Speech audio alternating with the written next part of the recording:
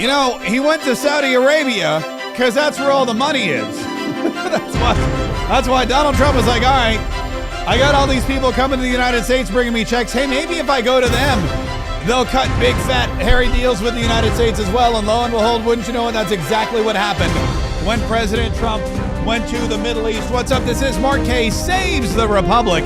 And, we got a lot going on today. We've got so much to talk about, so little time, and we're gonna dive right in here in just a minute. First, though, thanks so much for joining me. Don't forget to hit that subscribe button wherever you happen to be. If you're watching on YouTube or Rumble, hit the subscribe button. Let us know that you want to get this content all the time. If you're listening to the podcast page, definitely let them know that you want to be able to get Mark Kaye Saves the Republic whenever we go live, which is quite often. It's every single day.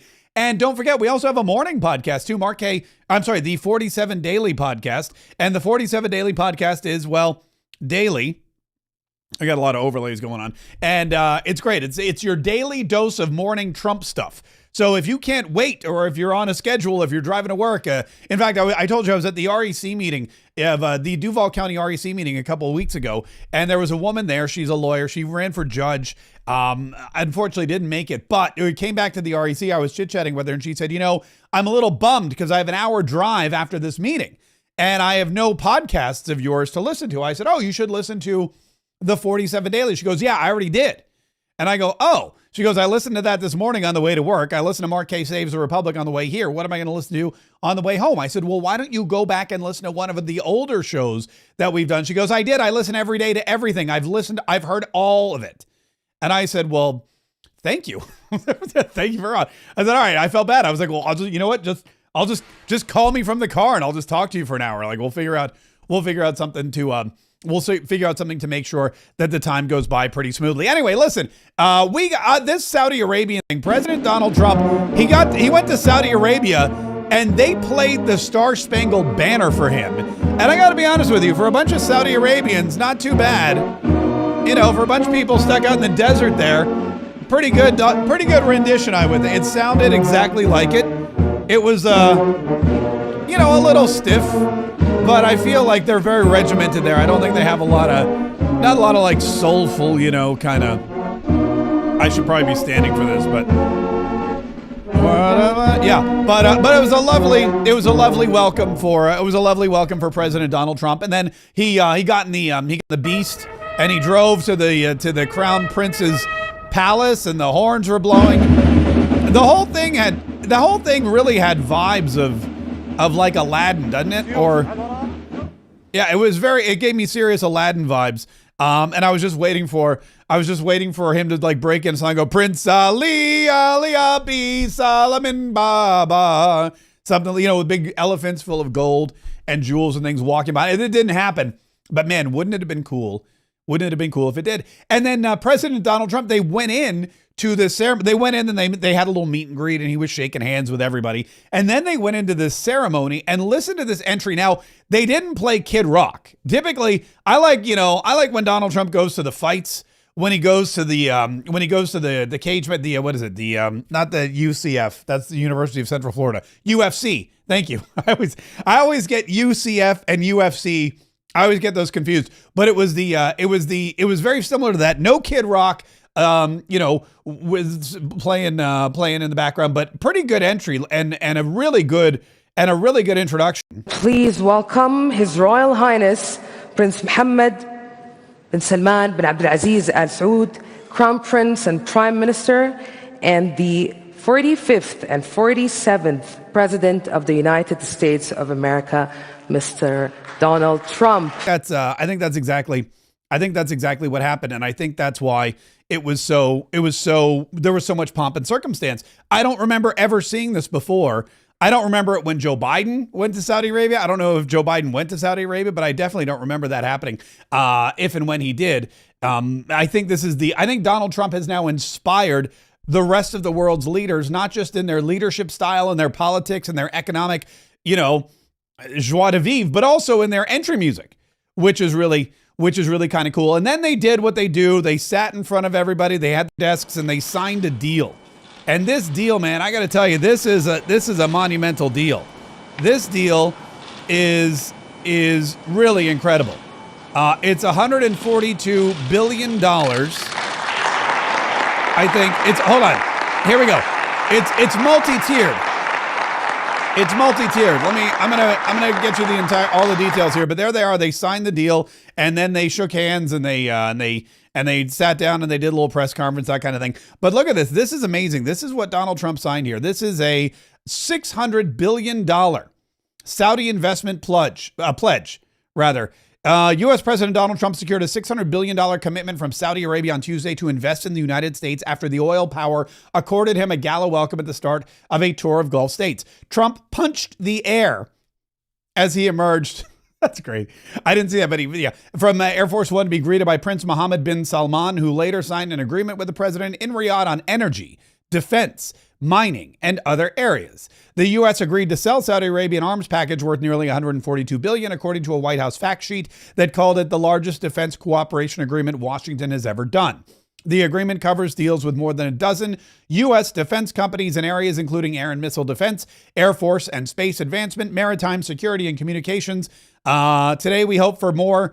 We hope for investment opportunities worth $600 billion, including deals worth $300 billion that were signed during this forum, the Saudi Crown Prince said in a speech during the U.S.-Saudi Investment Forum. We will work in the coming months on the second phase to complete deals and raise it to $1 trillion. $1 trillion. Now, I don't know if you fully comprehend the idea of $1 trillion, but $1 trillion, that's a lot of dollars. That is quite a few dollars, more dollars than most people have seen, and definitely more dollars than most American presidents have ever secured from any single country as far as investment in the United States of America. So really, really exciting times and exciting situation for President Donald Trump. Now, he did get to speak as well, and he touted, of course, his own achievements. Our new administration has achieved more than most other administrations. No, what happened? No, what happened? No, take two. Here, take two. Wait a minute. Here it is. Our new administration has achieved more than most other administrations accomplish in 4 years or even 8 years. We've actually done, for the most part, more. The day I took office, we inherited. Thank you. Yeah, thank you very much. I inherited all this horrible stuff, and I was able to fix it. And I've done in 100 days more than anyone's done in like 8 years as president of the United States. And he said we're ushering in a brand new generation of leadership. Before our eyes, a new generation of leaders is transcending the ancient conflicts of tired divisions of the past and forging a future where the Middle East is defined by commerce, not chaos, where it exports technology, not terrorism, and where people of different nations, religions, and creeds are building cities together, not bombing each other out of existence. We don't want that. This is exactly what Donald Trump has been saying all along. This is exactly in line with his plan for Gaza. Remember, he said, look, we could bomb each other in Gaza. We could just obliterate Gaza. We could do all that stuff in Gaza. But you know what we could just do is turn it into the Riviera of the Mediterranean, of the Middle East. We could turn it into this amazing economic development plan. We could turn it into a lush, beautiful, tropical paradise. We could turn it into a place where multiple different countries invest millions and millions of dollars, and everybody wants to go and live and work and hang out on yachts, and there'll be gold Trump statues. And you saw the AI video. You know what's up. But that's basically what Donald Trump is saying. He's saying by economic development, by economic leadership, by investment, instead of warfare and military, just obliteration, we could really, truly have an incredible world. And that, he feels, is what this new generation is all about. It's no longer about who's got the deadliest weapons, who's got the biggest missiles. It's all about who makes the most money. And I think to some extent that is true. I see a lot of that transformation, not just in the political realm, but also online. When you look at what's going on with the next generation, when you look at what's going on with the youth of today, when you look at what's going on with the young men, they're into the gym and investing in business. And they're into, being the best men they can be. And they're into supporting themselves and their families and their financial futures and all that kind of stuff. It's all about what Donald Trump's saying, and that is financial growth, strength, and really just overall superiority. And it doesn't just come from being able to obliterate each other. It comes from economic investment, which is what we're kind of seeing. I'm really kind of excited about that. President Donald Trump also, speaking of the next generation, had a familiar face with him. And wouldn't you know it, MSNBC, not fans that he brought his son-in-law, Jared Kushner, to Saudi Arabia. They just couldn't figure out why he was there. Fun. Do you see any reason for Kushner to be part of today's talks? I think the president would argue that he has a role to play here, given his history in the previous mediation and securing of the Abraham Accords, as Kelly noted there too, and his ongoing relationships in the region. The president in this White House would probably see as an asset. We know this is a president who surrounds himself with people who he knows to be loyal to him, who he trusts for their guidance and their insights. And we know that Jared Kushner has long been a part of that inner circle, even if he is not in any official capacity. Yeah, this is a guy that brought peace to the Middle East, and they're wondering why he's there. This is a guy that spent the first 4 years of President Donald Trump's administration working toward a monumental peace deal, the Abraham Accords, which should have won all these people Nobel Peace Prizes, especially Donald Trump. But Jared Kushner was a crucial factor of the Mideast Peace Accords. He was there in Jordan and United Arab Emirates and Israel. I mean, this is the guy that made the idea of peace in the Middle East possible, made it a reality, and they're wondering why he's there. Well, Trump would argue that he has a reason to be here because he's the guy that, ended all of the killing and stuff. I would argue that too. In fact, I think most people would not at all be shocked that Jared Kushner was there, along with the rest of the Trump contingent, including Secretary of Defense Pete Hegseth, and Marco Rubio, the Secretary of State, and Secretary of the Treasury Scott Bessent, who, by the way, Scott Bessent this guy's been more places in fewer days than anyone it's like around the world in 80 days. This guy was in the United States. He was in Washington last week. They had a meeting. Then he had to go to Geneva, Switzerland. He got on a plane, went to Geneva, and in Geneva, he had to talk to the Chinese about a trade deal, which they were able to get. Then he had to get on a plane and go to Riyadh so he could pick up $600 billion on the way to $1 trillion for United States investment. And now I think he's going to go to Turkey. I think he might be on the way to Turkey too. I know Donald Trump said that he'd like to go to Turkey because that's where they're going to be meeting. This is really crazy. That's where they're going to be meeting with Ukraine and Russia. And they want to make sure that this peace agreement or the ceasefire or the war just basically ends. And so I had a clip here. I don't know if I have it, where President Donald Trump said he may actually just swing on. He goes, I might swing on by. I might just drop by the most valuable and most important peace meeting that we've ever had in recent history. Hold on. Trump to Turkey. Let me see if I can find that clip for you real quick here, where Donald Trump said, yeah, I'm thinking I might go. Here it is. Trump mentioned, here it is. He was yesterday at the meeting where he was signing the executive order that was lowering drug prices. Here's what he said about potentially visiting the very important meeting in Turkey this weekend. Oh, wait, hold on. It is taking place, and I think you may have a good result out of the Thursday meeting in Turkey between Russia and Ukraine. And I believe the two leaders were going to be there. I was thinking about flying over. I don't know where I'm going to be on Thursday. I've got so many meetings. But I was thinking about actually flying over there. There's a possibility of it, I guess, if I think things can happen. But we got to get it done. We got to save 5,000 lives a week. 5,000 lives is really more. Yeah, it's more than that. Donald Trump says, you know what? I don't know where I'm going to be, but maybe I'll just fly over. Maybe I'll just pop in. Like on Seinfeld, just do a little pop in.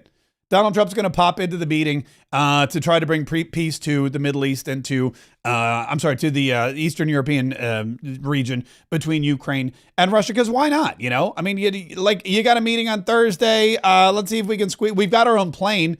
We could do it. We could probably. If anyone's going to make it happen, it's President Donald Trump. He's the guy.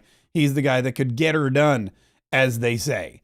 But like I said, Scott Bessent, he's there in Saudi Arabia, and he's touting what really is, and I'm not going to play the clip because it's pretty long, but what really is Donald Trump's economic plan for the new golden age, and it's working out perfectly. It's a 3-step plan. The first plan was tariffs. And not just tariffs, but tariffs with a purpose.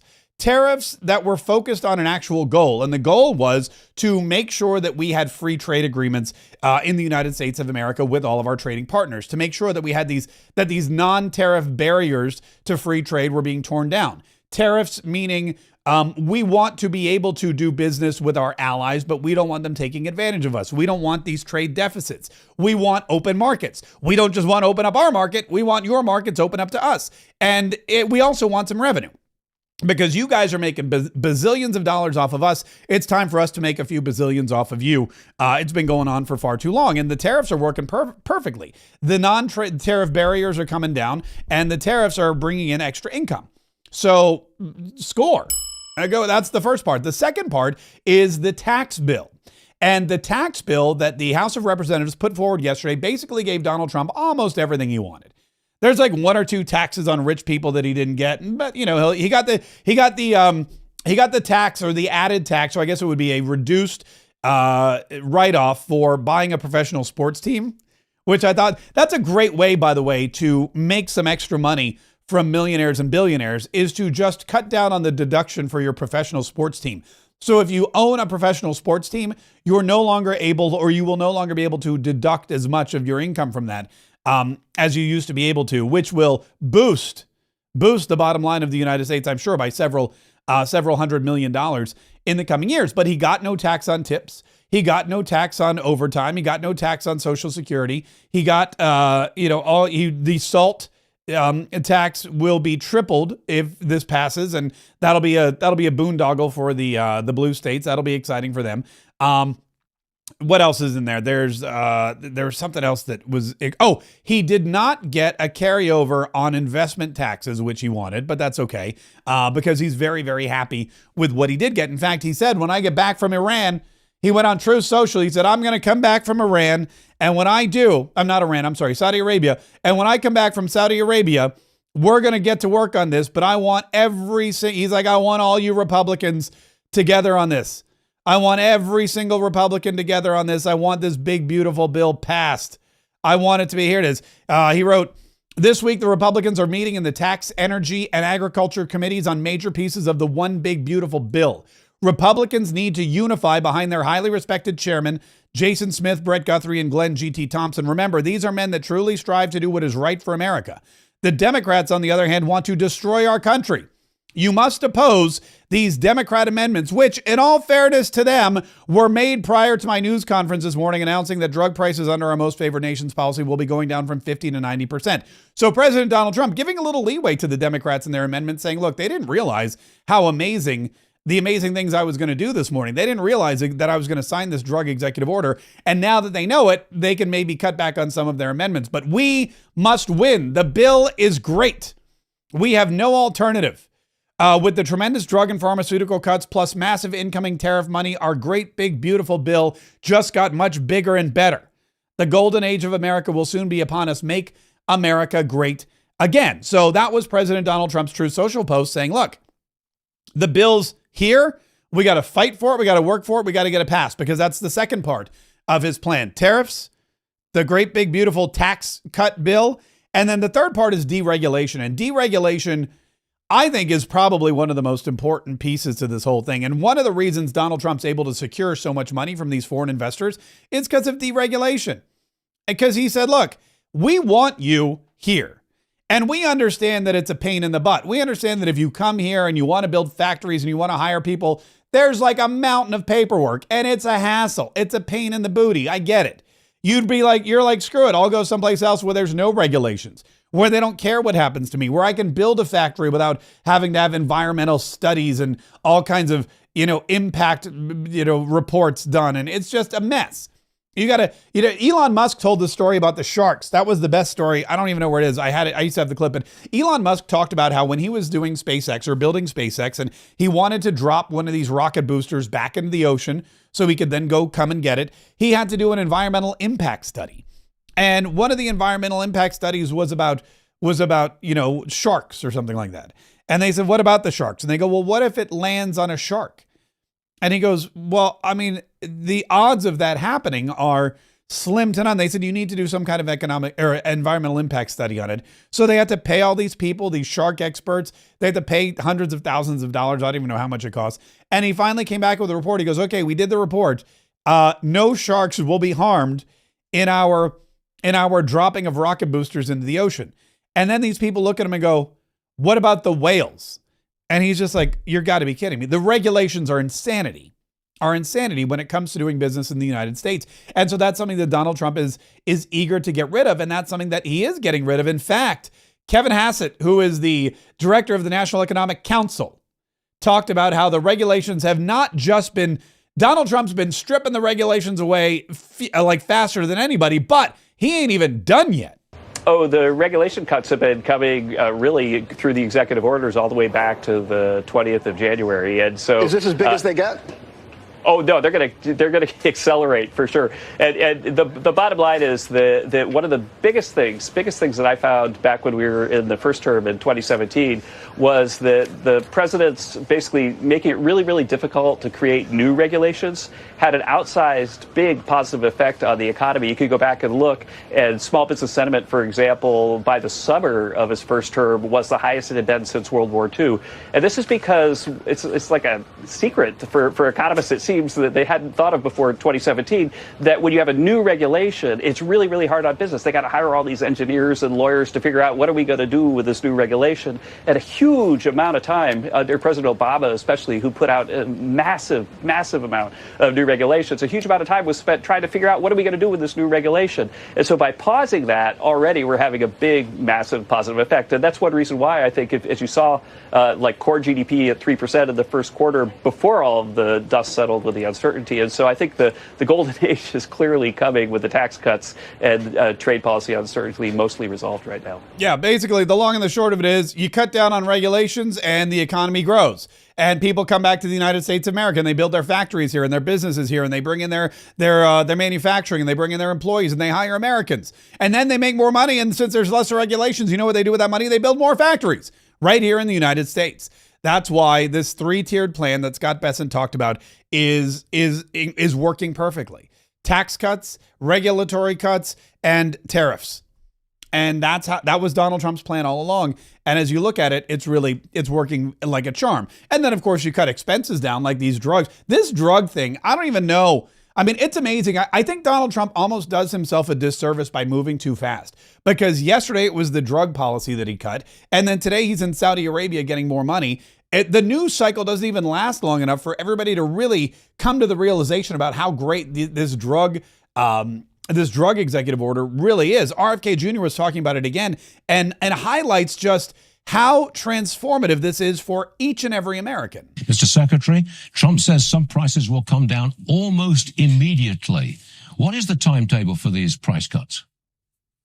Well, there's a series of escalating steps, but you know what? That will bring them down to European levels. Right now, America provides 75% of the pharmaceutical revenues in the world. And we only have 4.2% of the world's population. Sure. We're paying in our country, the list price for Ozempic is $1,300 per dose. In London, it's $88. And Democratic and Republican politicians have been talking about for years, we got to end these discrepancies. Nobody has had the courage to do it because of the power of the pharmaceutical lobby on Capitol Hill. Okay. In answer to your question, how soon will this happen? It depends on how enthusiastically the drug companies cooperate. There are a series of escalating steps that we will take if they don't cooperate. But we've been meeting with the pharmaceutical companies. They admit that this is something that should have ended a long time ago. And I think they're ready to figure out a way to get there. And they have advantages in this executive order, Stuart. Okay.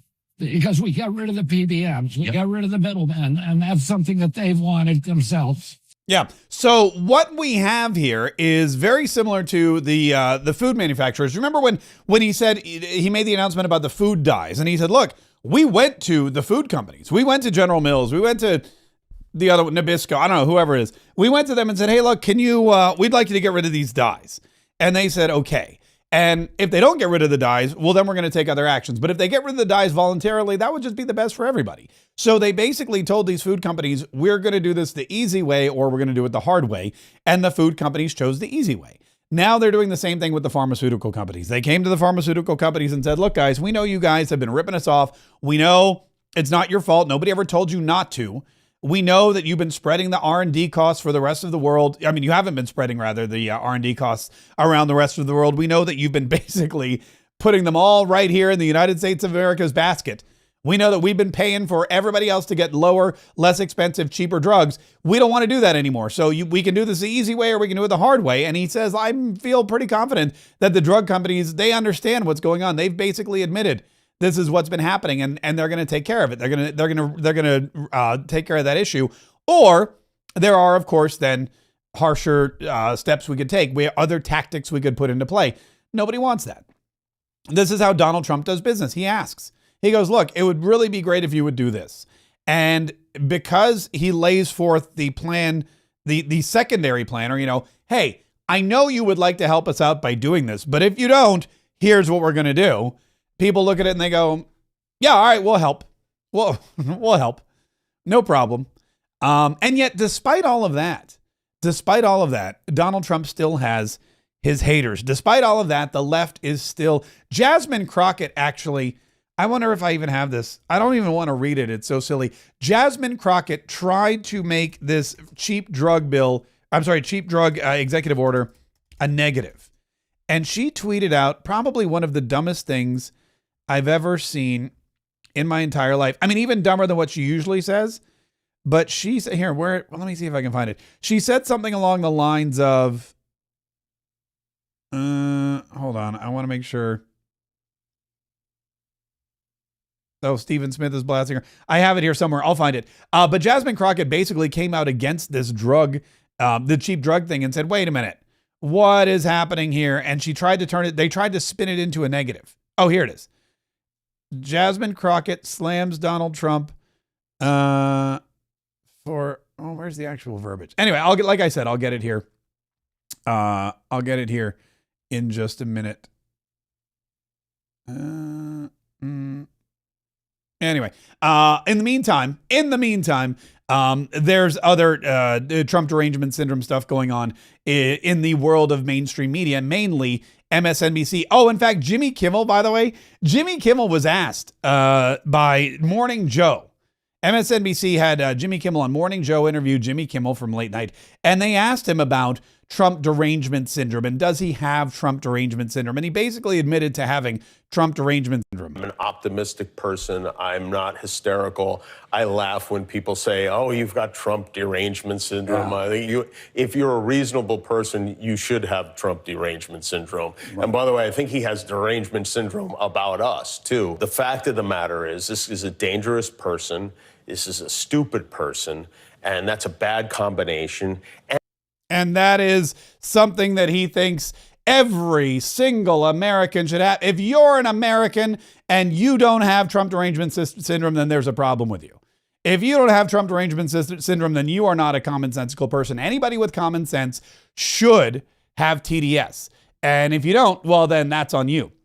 That's a problem with you.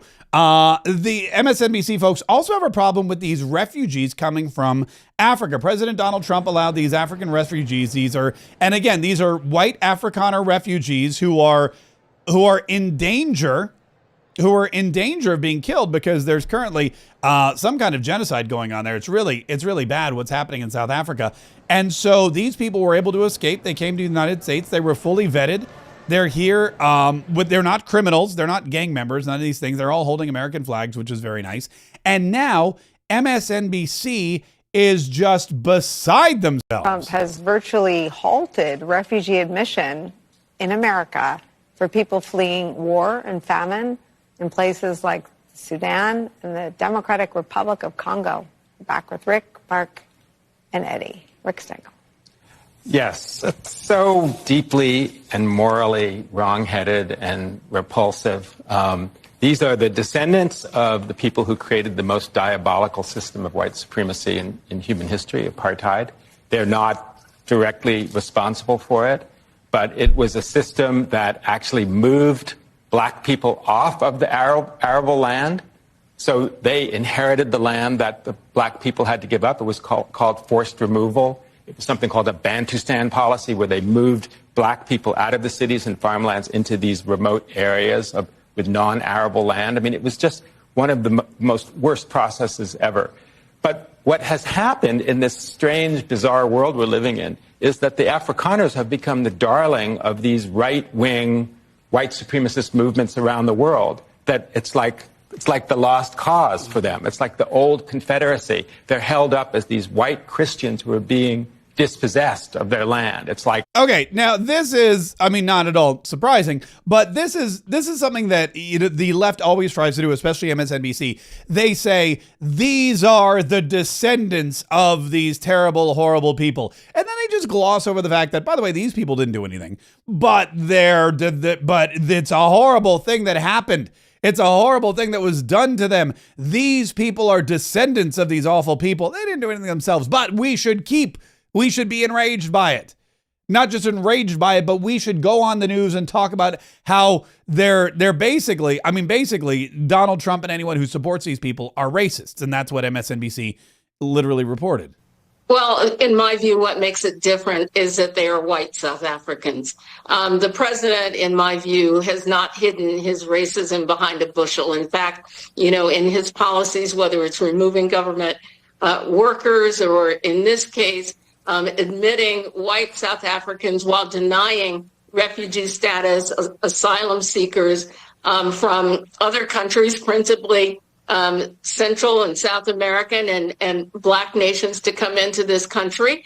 And so I think that, this policy, while it's not surprising in this action, really speaks of the underlying message in this that disrespects and shows disdain for people of color while embracing these Afrikaners now, and also expediting the process by which they can come into the country while denying that same process to other refugees. Okay, so they're mad that other refugees aren't able to come in, but these Afrikaners are welcomed in and they're expedited, even though Joe Biden brought in millions and millions and millions of undocumented criminal illegal aliens. They still, by the way, are appalled. And you notice they don't call them South Africans. They call them white South Africans. So the Trump administration, they're saying that essentially these white South Africans assimilate better, and they're also not as much of a security risk. That's really causing a lot of people to be appalled, frankly.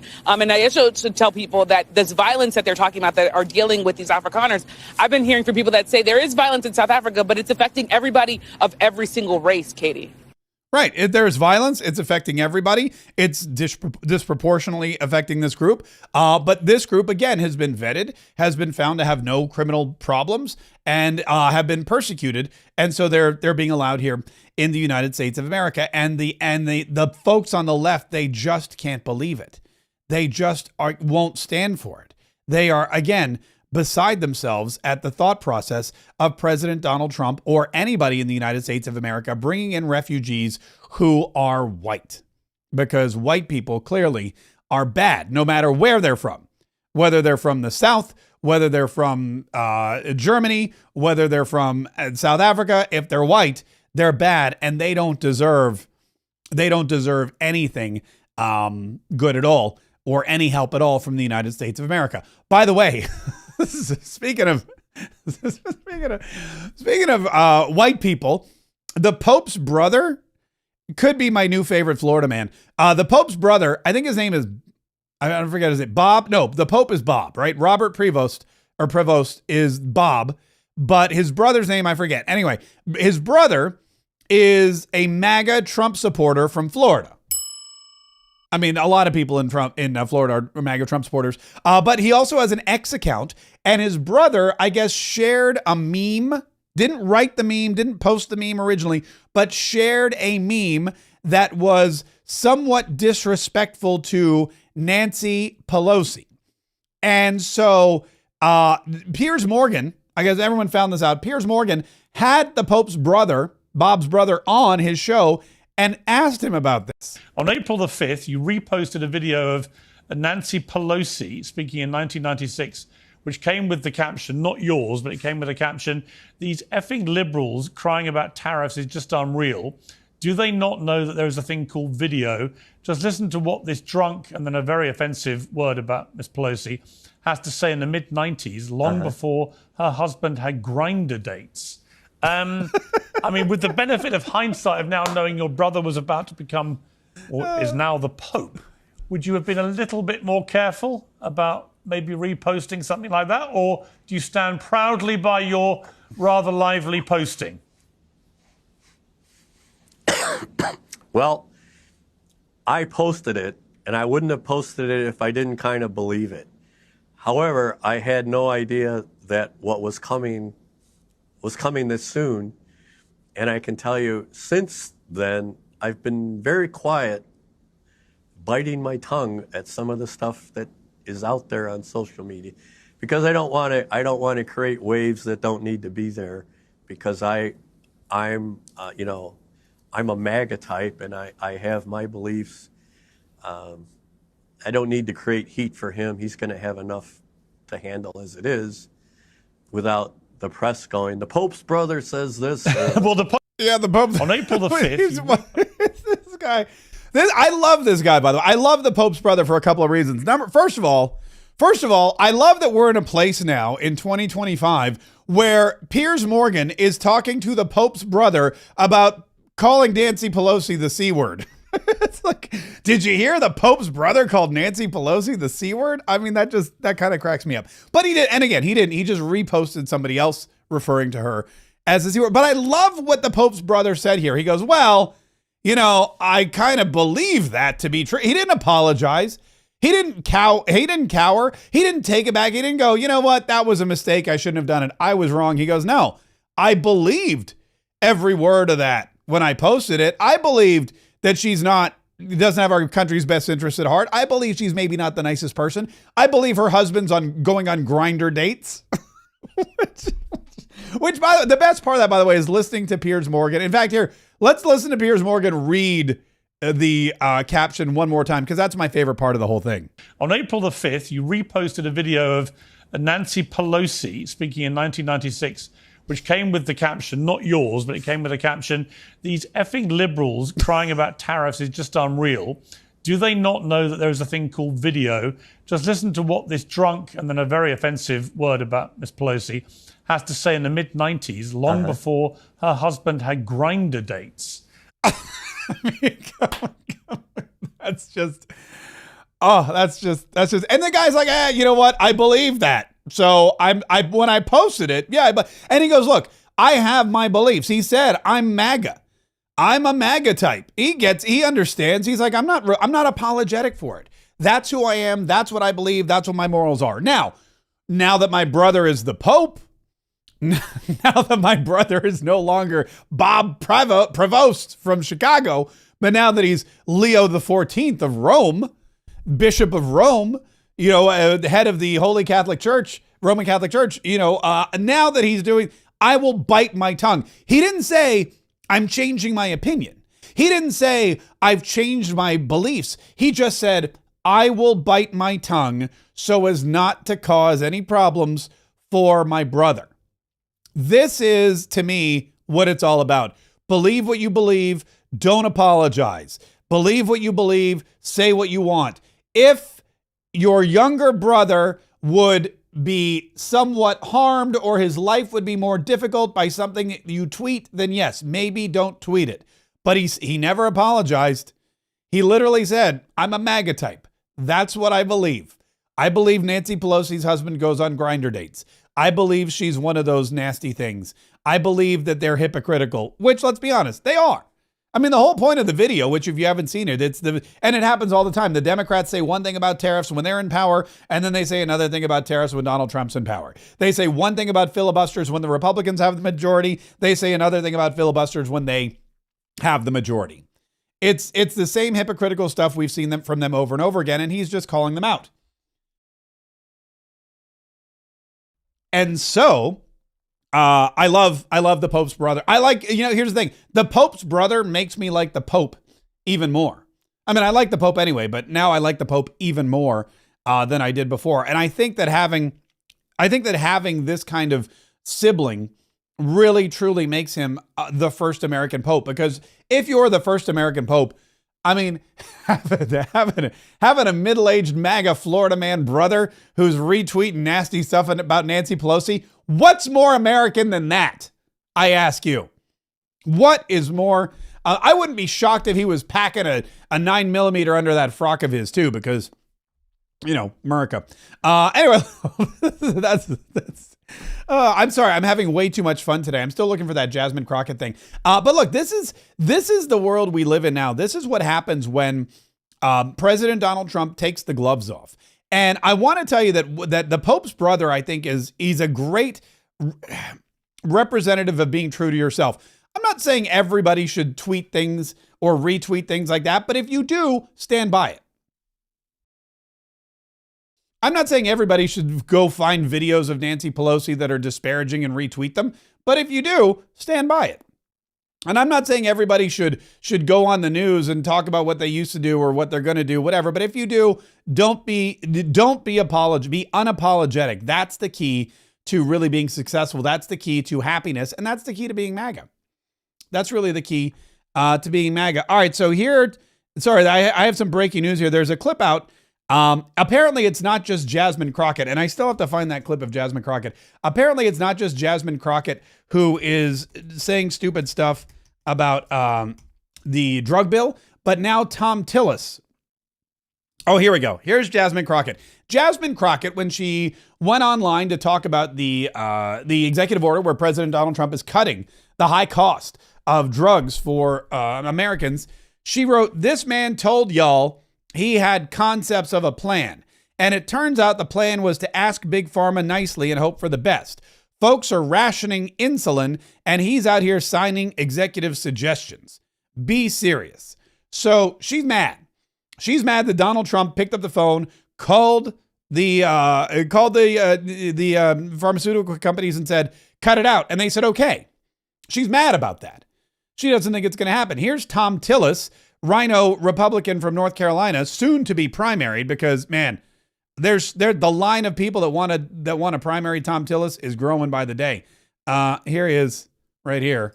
Most favored nation coming out of the administration. All these other things are short-sighted, unsustainable measures that are not going to produce the result I do believe all of us on this committee want to achieve. It's not the what, but we've got a very wide range of differences on the how. Thank you, Mr. Chair. So that's him on some kind of House committee.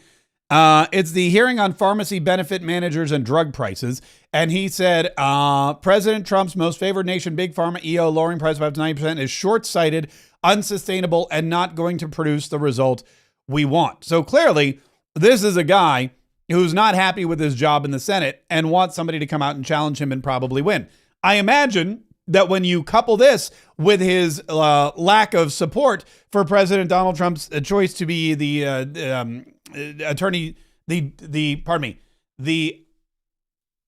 district attorney for the District of Columbia. The U.S. attorney for the District of Columbia. Took me a minute there. Which had to be then withdrawn. I imagine that when you couple that with this, it means the end of Tom Tillis' career, which I'm not going to cry about. I'm going to be honest with you. Donald Trump moving forward doesn't just need Republicans. He needs staunch conservative Republicans who are going to help him push his agenda, get his people into place, and move forward the United States of America in the way that President Donald Trump thinks the United States of America should move forward. And Tom Tillis is clearly not one of those guys. And so it's going to be really interesting to see what happens as we move into midterm territory. And that is what we are doing. We are moving into midterm territory. There is going to be more and more of a focus on what's going to happen in 2026. Who's going to be running for governor here, there, and elsewhere? Who's going to be running for Congress? Who's going to be running for Senate in the open Senate seats? And who's going to come out on top? And the Democrats, I mean, they know where their targets are. They know that they cannot win the Senate. It would be very, very difficult for them to win the Senate. They also probably know that they're not going to win the White House in 2028, which gives them 2 election cycles 2 election cycles in which to gain control of the House of Representatives. And that is where they are going to put their focus. That is where they are going to try to do their darndest. And one of the problems they have is their rising stars are rising maybe a little too fast. Alexandria Ocasio-Cortez, she is angering the people in her district because she is getting too big for her britches. Apparently, what's happening is she's losing the faith of her constituents who put her in the House of Representatives because she doesn't hold town halls anymore. When she does, she either shows up for 6 questions and then bolts out the back door, or she doesn't show up at all and she just phones it in, literally shows up on a screen and takes some questions over the phone. And that is troubling. They call her a rock star in her district, but not in a good way. They call her a rock star and they say she's actually too busy to be a congresswoman because she's too busy, well, not being a congresswoman. She hasn't actually done anything for her district. She hasn't done anything for the people that live there. What she's doing is she's doing something for herself. Now, we hear this a lot out of Congress. We hear this a lot from people who are like, well, they went to Congress and they started trading stocks and they made millions. They went to Congress and they started going out here, there, and the other. They started padding their pockets. They went to Congress and all they wanted to do was make a bunch of connections so that when they left Congress, they could go get a job at some kind of major think tank or at some kind of a consultancy, or they could become a lobbyist. And that's basically what it was, a revolving door. You go to Congress, the lobbying companies pay you lots of money to vote the way you want, the vote the way they want, and they promise you when you're done to give you a job. They don't actually make you do anything. Maybe you have to make some phone calls here and there. Maybe you come to a couple fundraisers, but you sit on the board and you get an office and you get a big fat paycheck and you don't have to do anything because you've already done all the work. All those votes you made in their favor, they've basically now are making it worth your while. And that's something that's a big problem. Well, AOC is doing it differently. She's becoming a rock star. She's writing books. She's getting big deals. She's going on tour with Bernie Sanders. She's campaigning for the next office. And when you're busy campaigning for the next thing, you tend to neglect your current thing. And her current thing is Congresswoman. And they're sick and tired of it. They don't like her. They're like, we're done. We want somebody who's going to go to Washington, D.C. and represent us, not somebody who's going to fly around on a private jet screaming and yelling about oligarchs with Bernie Sanders.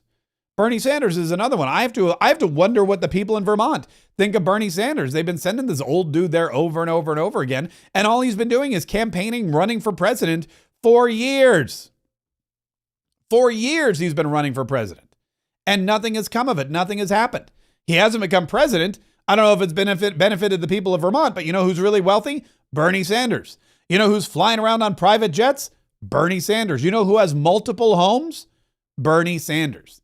That guy's making money hand over fist. Pretty good move for a communist. I mean, this is a guy who wrote a book called It's Okay to Be Angry About Capitalism and then charged people $99 to get an autographed copy at a VIP meet and greet. It's okay to be angry about capitalism, especially when you're paying $100 for an autographed copy of the book.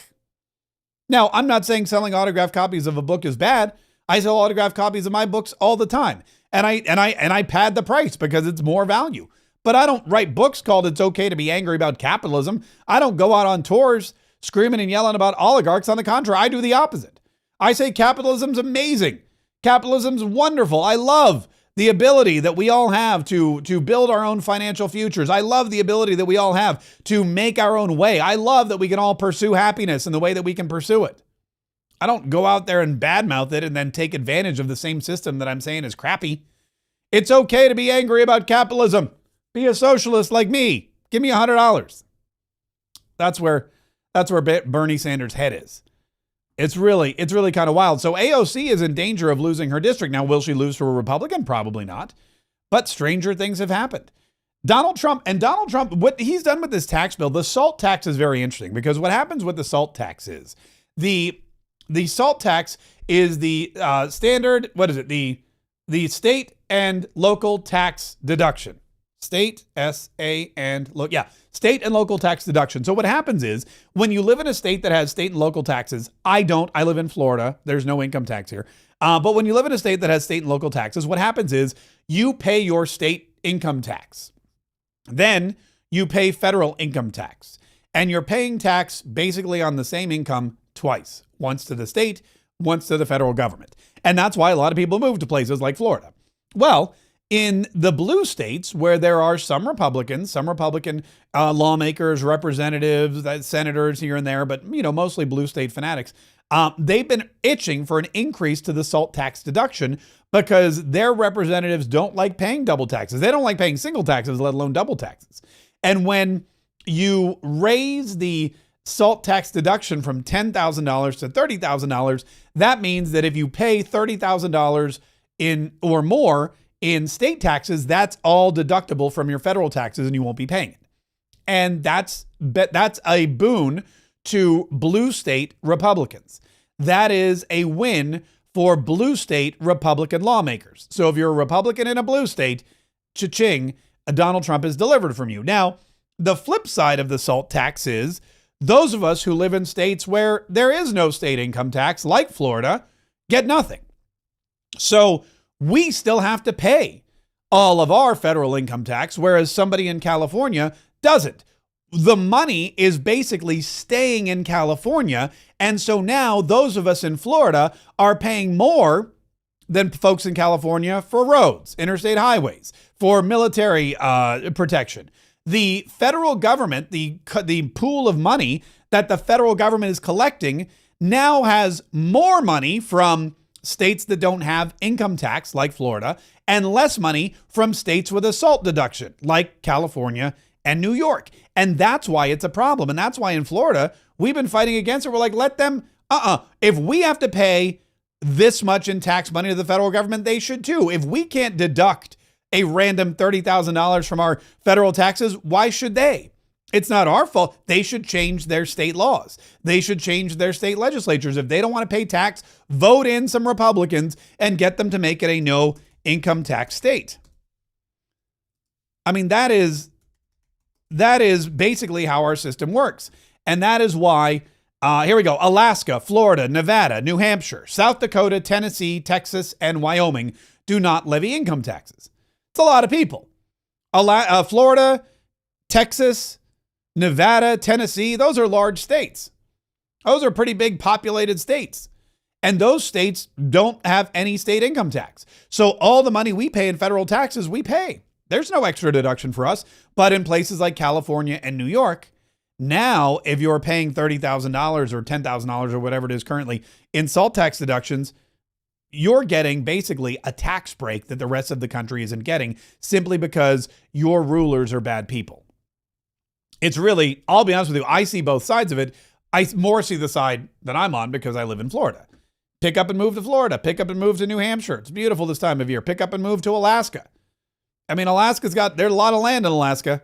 A lot of land. If you like skiing, that's a great place for you. Wyoming, same thing. So the SALT tax has been a point of contention between Republican lawmakers for a long time. But Donald Trump got a little bit more of the SALT. He basically got everything he needed. He basically got everything he wanted. Let's see. The Donald Trump, the big, beautiful tax bill. I'll go over some of the highlights for you that Donald Trump was able to get. Here we go. Big, beautiful tax bill contains popular break for tips.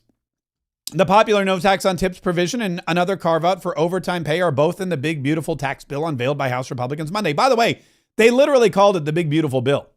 They literally called it the big, beautiful bill. The big picture, the 389-page bill released Monday afternoon is expected to kick off marathon negotiations over tax breaks and spending cuts within the GOP. Per the text of the bill, any cash tips received by an individual in an occupation that traditionally and customarily received tips would be eligible for the no tax provision. Such language would presumably present higher paid professionals from somehow classifying regular income as fees. Think accountants, lawyers, or others who charge fees for a service. These tax breaks would start, by the way, wouldn't it be great if you were an accountant and you could just say your fee was a tip? Wouldn't that be great? You owe us $100 for accounting services and $2,000 is the suggested tip. That'd be great. These tax breaks would start in 2025, expire after 2028. There is an expiration date on these, by the way, and that's one of the things that Donald Trump, that's what allowed Donald Trump's, I guess, supporters to put these in there, was the expiration date. I don't know if those will stay in there. We don't even know what's going to end up in the final bill, but hopefully it will. The bill does not include a tax exemption for Social Security income. Instead, Americans 65 and older who don't itemize get a $4,000 bonus tacked onto their standard deduction. The benefit for individuals earning less than $75,000 and $150,000 for couples. There's more in this bill. The bill would raise the cap on the SALT deduction to $30,000, largely benefiting higher income homeowners in the wealthy blue state suburbs.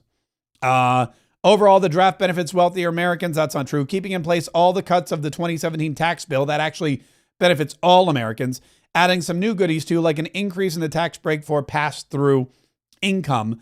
So there you go. So Donald Trump basically got the majority of everything he wanted, and that's why he's so excited about it, and that's why he's urging Republicans to pass it, because it falls right along with his plan. It falls right in step with everything he wanted to do, and that is to take away tax on tips, which, by the way, I worked as a waiter for years. That was my first job in high school. When my dad said, what are you doing all summer? I said, I don't know, watching TV, riding my bike. He goes, get a job, you lazy bum. I don't think he didn't call me a lazy bum. He just said, you should probably get a job. Also, I had a car and he wasn't giving me money for gas. So there was that. But anyway, so I got a job at an ice cream parlor and I was a waiter, and I worked as a waiter for years. I worked as a waiter in high school. I worked as a waiter in college. I worked as a waiter outside of college. I worked in some of the finest restaurants in New York City. I worked for the finest restaurant in Chapel Hill. I worked for really great places, made an obscene amount of money on tips. But I do remember one time there was this girl I worked with, and she had a little piece of paper, and every time a table tipped her, she wrote down what the tip was. And at the end of the night, she would date it and sign it and stick it in her little pouch. And I asked her when I go, what is that? She goes, it's my tip chart. And I go, what's a tip chart? She goes, I keep a chart, written record of all the tips I get every night, and I sign it and date it. And I go, why do you do that? She goes, because 2 years ago I got audited by the IRS and I couldn't prove to them what my income was. So they charged me like all this money. And I go, wait, this waitress who was working part-time at a restaurant got audited by the IRS, and they demanded to see proof of her tips, and she didn't have it. So she started keeping tip charts. And I thought to myself, that's ridiculous, but that's the way it is. So then we all started keeping tip charts, and it was a hassle. And it's still not even a legally binding. I mean, here's the thing. You could keep a tip chart and you could sign it and date it and hand it over to the IRS. It's still not a legal document. It's not a 1099 form or a W-2 or a W-9 or whatever it is. It's not a legally binding document. They could still come after you. Well, this has been a huge problem for a lot of tipped workers. And now Donald Trump has found a remedy for it. So very, very exciting. And as soon as he gets back from Saudi Arabia with the hundreds of millions of dollars that he's been able to get, it's going to be really, really exciting. Listen, before we get out of here, I want to let you know that if you haven't yet subscribed to the channel, I would love for you to do so right away. Subscribe, hit the notification bell, make sure that you're liking it and sharing it. Make sure you're telling everybody you know about how much fun we have here every single day on Mark Kaye Saves the Republic. Make sure you tell everybody you know how great the information is here, how entertaining the delivery is, how informative we are, how inspired you feel whenever we wrap up.